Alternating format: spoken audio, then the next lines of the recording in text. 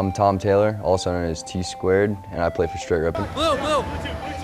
I started ever since MLG first begun. I went to their second tournament ever, which was in Dallas. We drove 22 hours there and placed third. Sundance came up to me and said, you know, if you keep playing and keep dedicated to us and to yourself as a player, that will make you a star. So I stayed dedicated for years and years, and then within the last 8 to 12 months, everything has gotten so much bigger than everyone expected.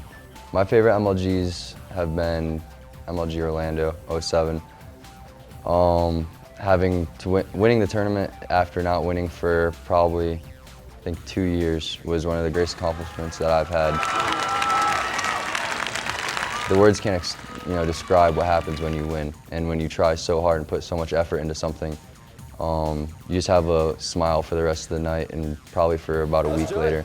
And besides that, just my first MLG. I miss all of the 04, 05 ones, driving to all the events back in the day before there were stipends and all that. I didn't grow up really with a lot of money, and what I would do is I would save my lunch money from school that my mom would give me, and I would bum a ride from anyone in South Florida or in the Florida area that was going to a tournament, and then sleep on the floor. I slept on an air conditioner once in a hotel room, and I ate honey buns, and I even slept in a car. So when people say that they can't make it because of money, you can make it. If you want to be pro, you're gonna have to be dedicated, and dedication can only go so far. You're gonna have to make sacrifices, and I'm not gonna try to divide up two lives or anything. Like, I have a real life and I have a video game life. It's my life. I've sacrificed a lot of friendships. I sacrificed school, family members. When I left school, my family wasn't supportive of that. And then once they realized it was something that I really wanted to do, they backed me up because they saw it in my eyes that I had the fire and I was driven to do something good. The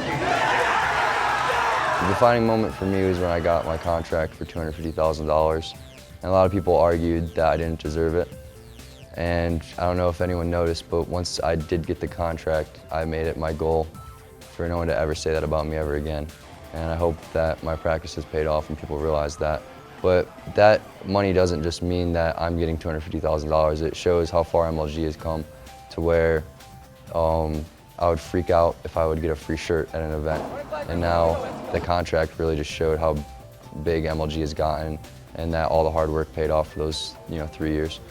With Halo 3 coming out and it being the end of Halo 2, first of all, it's gonna be really sad because you don't realize you may never see these guys ever again, or you may not see them for years to come. And these are some of your really good friends that you've teamed with or have been around the league. And it's just a sad day, like Sunday night, Monday night of the tournament, not knowing if you're ever gonna see them again. It's actually a lot different than Halo 1 to Halo 2 because now MLG is so much bigger that you don't know how many people are really gonna try to be MLG pros. So back then we knew people from Halo 1 were gonna play Halo 2 and MLG wasn't as big. But as for myself and my teammates and a couple of the other pros, I don't really see a big difference between Halo 2 and Halo 3 skill.